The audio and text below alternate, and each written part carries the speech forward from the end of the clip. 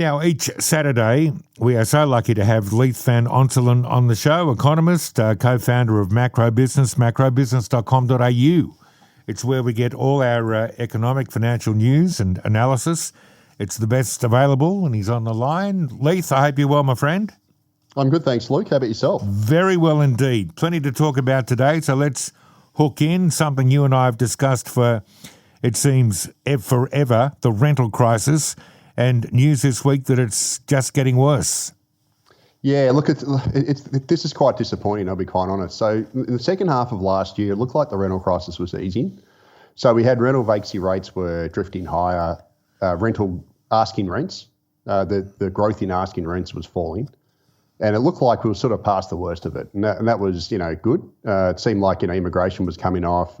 We sort of hit affordability constraints. So after rents have risen by 40 to 50%, since the pandemic, it sort of gets to the stage where people can't pay much more and they start to move into group housing, that sort of thing. So it looked like, it was easing in a sense that the rents weren't continuing to rise much and the market wasn't getting tighter. It certainly wasn't becoming cheaper. But that, those were pretty good signs. But unfortunately, this week, SQM Research, which is a research outfit run by a person called Louis Christopher, who's very good. Yes. They released their latest rental vacancy data for January, and actually showed that the rental vacancy rate actually fell to 1% in January, which is actually lower than it was at the same time last year, which is pretty alarming. So yes. 1% nationally is an incredibly low rental vacancy rate, and the fact that it's worse than it was this time last year is very disturbing. And Louis Christopher noted that this basically shows you that the rental crisis is not over. And also asking rents, which measured by SQM Research, actually rose by 1.6% over the month, which is a big jump. And that comes after last year. They looked like they were moderating. And he attributed this, he said it doesn't look like an anomaly. And, well, he hopes it's not an anomaly, but he doesn't think it is. And he noted that housing supply remains constrained and we've got immigration still very high. And just on that, on Friday, the Australian Bureau of Statistics released their monthly permanent long-term arrivals data, which is basically their proxy for net overseas migration. It's their high-frequency net migration data. It doesn't match up perfectly with net overseas migration, but tracks it very closely. And what it showed is that monthly permanent and long-term arrival, the number of permanent long-term arrivals we got last calendar year, so up to December 31, 2024, was 446,500. That was only 3,000 less than calendar year 2023. So wow. This sort of suggests that although immigration's come down a smidgen, it's still at these unbelievable levels. And just to put that into context, in 2019, before the pandemic hit, our permanent net long-term arrivals was 296,000. So we had 446,500 versus 296,000 in 2019, and only marginally down on 2023. And that sort of plays into this notion that immigration remains red hot at the same time as obviously the supply side of the housing market is stuffed, and we're not building enough homes because of structurally high interest rates, structurally high business building costs. So building costs have gone up about 40% since the pandemic began. Which has made it just way more expensive to build homes, which means you get less of them built. We've obviously got builder shortages because the big build infrastructure projects is sucking labour away from building houses into building infrastructure, and then we've got massive amounts of builders going bankrupt. So it's a pretty bad. So basically we've got a situation. I've said this plenty of times on the show that we've got a situation where supply is structurally constrained. At the same time, we've still got incredibly high, near-record immigration. And then obviously this means the rental crisis is getting worse. And unfortunately, Luke, the longer-term outlook's pretty bad because end of last year, December, I keep forgetting what month we're in, the Australian Treasury Centre for Population projected that Australia's population is going to grow by 4.1 million people over the coming 10 years, coming decade.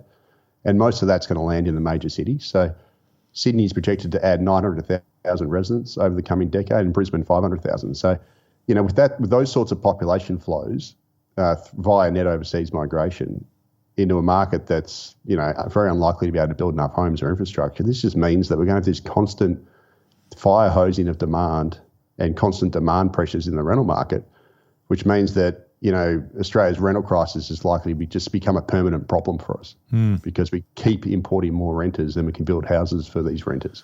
Look, and it's just, crazy. It is. And look, it's up to people to decide which way they're going to vote. But you've got the Greens saying we fix this by getting rid of negative gearing, and we have Labor reckoning they're going to build 1.2 million homes. That's more than 200 grand each year. They can't even get 200 grand each year, so that's not going to work. The only solution is dealing with demand. Surely that means reducing immigration. And I'm going to be talking to Dan Tehan tomorrow, the opposition immigration minister, and I'll be putting it to him that what they were saying about reducing immigration seems to have been lost in the wilderness. Will they reaffirm their commitment to get it back nearer the long-term average? If they're not prepared to do it, then the joint's buggered, isn't it? Yeah, it is. Unfortunately, obviously the Greens want open borders. They sort of want unlimited immigration, but they keep complaining about the impact on the rental market, which is just hypocritical. We've seen what Labor's done, and we've just lived it. And unfortunately, the coalition, their pre-election immigration statement says they want to cut permanent migration by 25% for a couple of years, but they don't say anything about overall net overseas migration. So they really that's what really needs to be cut. We need to have significantly lower inflows, so that new housing demand through immigration can correspond with our ability to build homes and infrastructure. Yeah. And also, supply water and electricity and everything else we need. Schools, hospitals, the whole lot. Yeah. And if we don't do that, well, then we're basically on a hiding to nothing. We've got a no-win battle because we just keep making the problem worse, and we've just shot ourselves in the foot. Yeah, exactly. RBA, will they or won't they? Yeah, this is interesting. So the futures markets, so they're the ones that make the bets on interest rates for the financial markets. They've ascribed sort of a 90% probability that the Reserve Bank of Australia is going to cut on Tuesday. Most economists expect the RBA to cut. I expect the RBA to cut. I'm probably sitting at around 75% probability. I was about 80%, I think, last time I talked to you about this. But we got a slightly stronger retail sales print, which could give the RBA pause. But there's certainly strong arguments for the RBA to cut. So inflation's tracking well below the RBA's forecast. The measure that matters, that's relevant to the decision, is trim mean inflation. And that was 0.5% in the December quarter. The 6-month annualised rate, so the last two readings, if you annualise that, was at 2.65%. Both of those are within the RBA's target. The economy's obviously growing a lot worse, a lot slower than the RBA forecast, so is wage growth. But this is the big unknown we've got here, Luke, which could prevent the RBA from cutting on Tuesday, is that Australia's unemployment rate's very low, so it's 4%. It's obviously been induced by all these, government type jobs like the NDIS and everything. So it's a bit artificial, but it is 4%, and that's a lot lower than what the RBA had forecast. So that's the one area which could raise a bit of alarm. So there is a chance, and here's the thing that's ridiculous: the January labour force release comes out 2 days after the RBA meets. So it comes out next Thursday, which you reckon would be information they would have liked before this meeting. I don't know why they couldn't get that in sync. But what this means is that there is still a decent probability. I mean decent. I'm saying maybe 25%. So it's it's certainly not zero. That the RBA might wait till just hold for another meeting and wait for that data to come out on the labour market to make sure the unemployment rate hasn't dropped and gotten even further out, much stronger than what they forecast. In which case, they might wait till, say, the 1st of April, their next meeting. But I still think this week's a pretty good bet, but don't rule out a hold as well. It is possible. And the most interesting thing to look for this is if the RBA does cut, will the Albanese government call an election?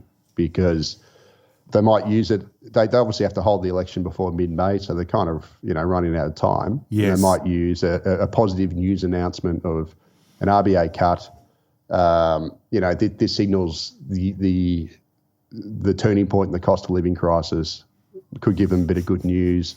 All this sort of stuff. Like, it's obviously they might use it as a reason to hold the election. If not, if the RBA doesn't cut, they probably won't go to the election, and they might hope and pray that they cut in April and then call it. But they that to me, then they'll have to have a budget which they'll use to bribe us, won't they?